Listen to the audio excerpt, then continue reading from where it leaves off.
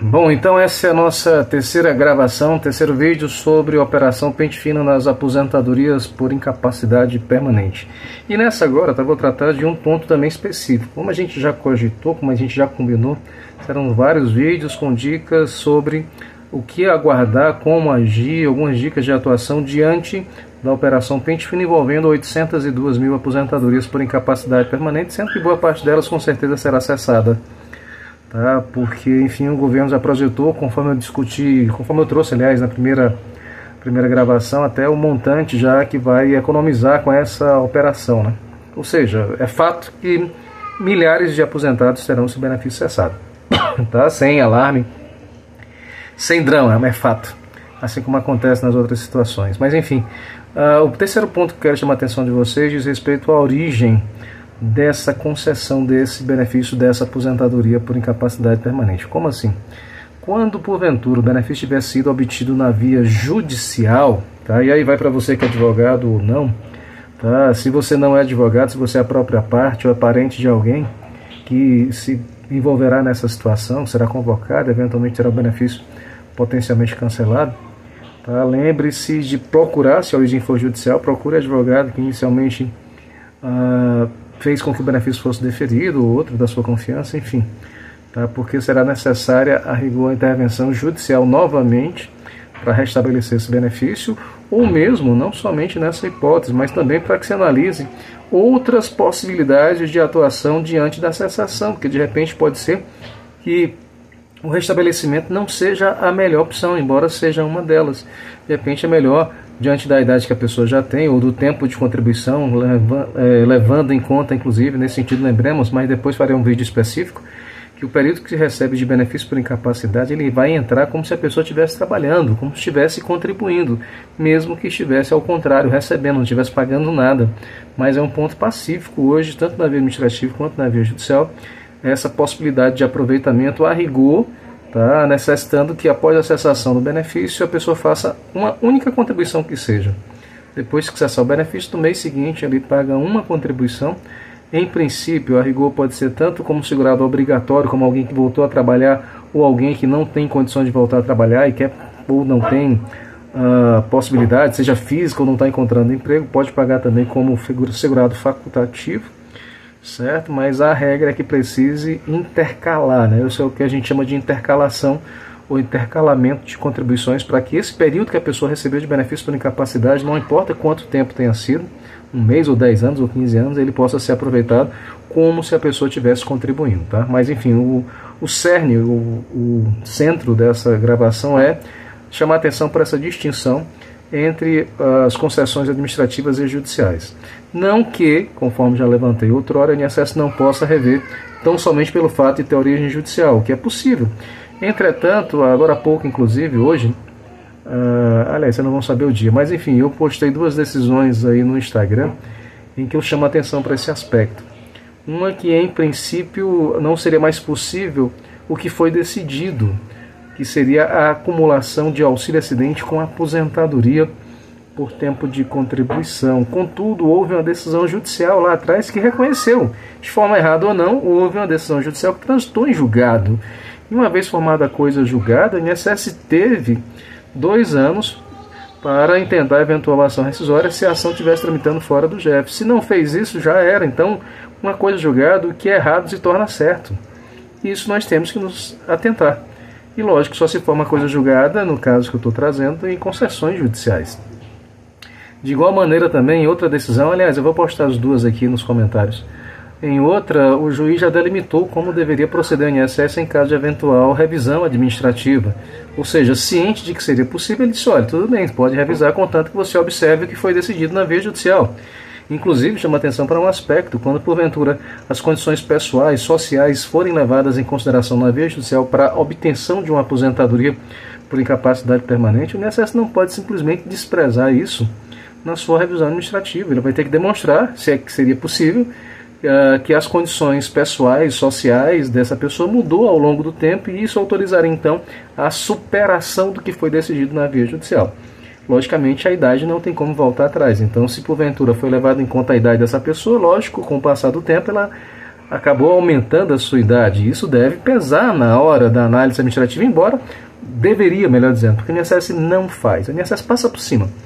Tá na certeza, eu diria, de que é muito mais negócio para eles, até mesmo colocando esses termos, desprezar esse comando, porque enfim serão poucos os que se atentarão para defender essa linha de argumentação de que não seria possível, ou até mesmo por força também de que certamente ele sabe que a justiça não tem por hora, né, levado isso muito em consideração e acaba fazendo sempre a aferição da continuidade da incapacidade quando a causa de pedir, quando a argumentação, quando o fundamento que você utiliza para restabelecer o benefício é outro, que seria o fato do INSS, no caso concreto aqui que eu estou cogitando, ter ofendido a coisa julgada. E aí caberia, inclusive, até para fugir dessa ideia de submissão necessária a uma perícia médica, tá? Ou seja, você não discutiria, você pode até se valer, eu tenho sugerido isso e tem precedentes favoráveis, de mandado de segurança, porque, enfim, repito, né, no mandado de segurança a ideia é, eu não estou discutindo a incapacidade, logo eu não preciso me submeter à perícia. Se eu tenho razão ou não, isso deve ser analisado, deve ser julgado.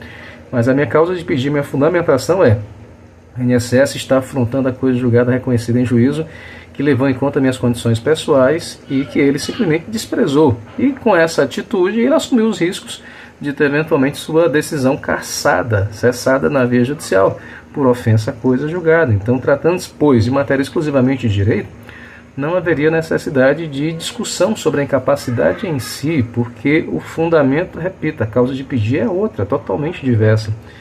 E no mandado de segurança isso é possível de ser decidido e, nesse caso, não vai para o JEF, não vai para o Juizado Especial Federal, onde prevalece essa ideia de se analisar todos os requisitos, indiferentemente ao que você está levantando, a tese que você está arguindo, ou mesmo indiferentemente ao que já foi reconhecido pela INSS na via administrativa. Então, no JEF, infelizmente, tem-se essa prática reiterada, contudo, como já coloquei, no mandado de segurança você não intentará sua demanda no JEF, não importa o valor da causa, porque o Juizado Especial Federal ele é incompetente para essa apreciação, para esse julgamento. Isso está no artigo 3º, parágrafo 1º, inciso 1º da Lei 10.259, que é a Lei dos Juizados Especiais Federais.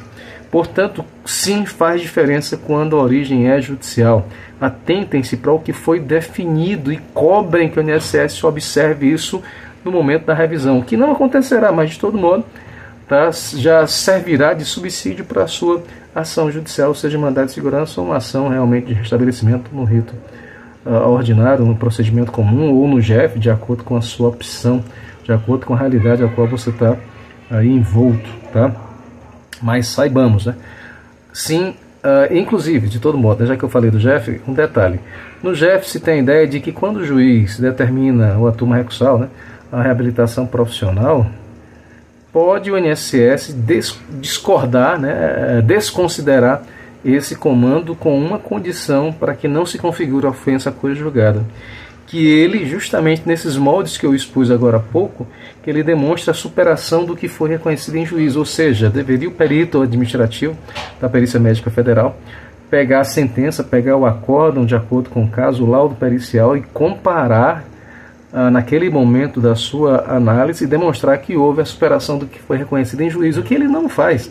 Contudo, valhamos-nos da fraqueza do INSS nesse ponto, tá? E saibamos então utilizar as hipóteses que se abrem diante dessa reiterada prática, eu diria ilegal do INSS, não em revisar, mas no procedimento que ele assume ao fazer cessar esse benefício, desprezando-se simplesmente a origem judicial. Muitas vezes o médico nem tem conhecimento, né? Chega lá para ele fazer a perícia e tudo, mas enfim, deveria o INSS se organizar para fazer esse procedimento como deveria, o que não ocorre, mas repito, isso você deve se valer em seu favor ou em favor do seu cliente, de acordo com o seu contexto, com a sua situação. Portanto, sim, faz diferença se a origem é judicial ou administrativa, e também em cima até dos outros pontos que eu já levantei.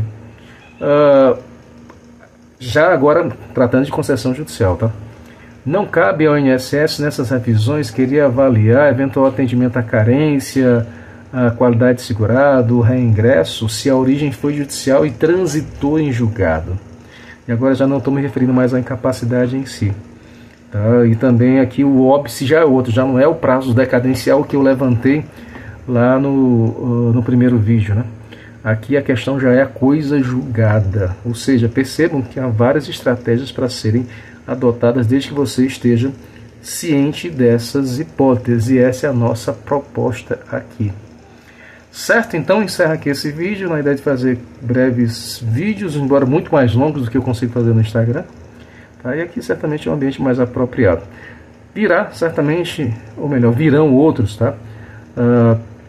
No quarto vídeo eu vou tratar sobre a ideia do aproveitamento que eu cogitei agora, para dar sequência. Primeiro aproveitamento dos períodos de benefício por incapacidade, tanto como tempo de contribuição, como carência, e bem como também como tempo especial para ocasional, se for o caso, aposentadoria especial, ou mesmo ocasional conversão do tempo especial em comum, que é possível, como a gente sabe, ou pelo menos quem não sabe vai saber agora, a conversão do tempo especial em comum, que é aquilo no qual a pessoa trabalhou sujeita a agentes nocivos, é possível até 13 de novembro de 2019. E a gente pode sim, sem dúvida, cogitar dessa conversão também do período que se esteve recebendo auxílio por incapacidade temporária ou aposentadoria por incapacidade permanente, ao tempo em que esses intervalos, nos termos até do repetitivo 998 do STJ, são amplamente passíveis de serem admitidos como tempo especial. Mas isso vai ficar para outra gravação, fica aí só a provocação nesse sentido, tá bom?